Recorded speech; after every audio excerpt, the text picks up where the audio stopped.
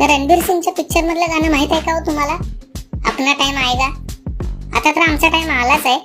पितृपक्ष चालूच झालाय. या काळात आपल्याला लय डिमांड असते.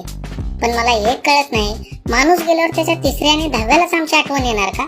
बाकीच्या टायमाला नाही? त्यावेळी आम्ही असतो बारक्या पोरांच्या गोष्टीत खडे टाकून पाण्याचे हंडे भरायला, चिवताईचं दार वाजवायला, ते विलन म्हणून. आम्हाला काय भावना नाही? सारखं हडतूड करता आणि मग या पंधरवड्यात मात्र 5 पकवानाचं ताट गच्चीत ठेवता. अरे आमच्या कपाळावर काय शिक्का मारलाय का आम्ही येडे आहे म्हणून? अहो घरटं बांधल्यावर मी आणि बायको जरा कुठे इकडे तिकडे गेलो की आमच्या घरट्यात कोकिळ अंडी घालते. का? तर तिला उबवायला नकोत. पिल्ली पाहिजेत पण अंडी उबवायला नकोत. येते आउटसोर्सिंग. म्हणजे काय बोलायची सोय नाही. आता सांगायचं तर नुसतं माणसंच अशी वागतात असं नाही, तर महिला मंडळी काकांबरोबरच आहे. उन्हाळ्याच्या दिवसात सावली दिसल्यावर कुठे टेकायचं म्हटलं तर बघेल तिकडे ह्यांची वाळवण असतात. जाऊन बसतो की नाही एवढ्यात दांडकं येतं. अरे बाबा आमच्यातले सगळेच खोबऱ्याच्या वाट्या पळवणारे नसतात. जरा देवा देवा करून बसू तर द्या आम्हाला. उगा शनी देवाचं वाहन नाही.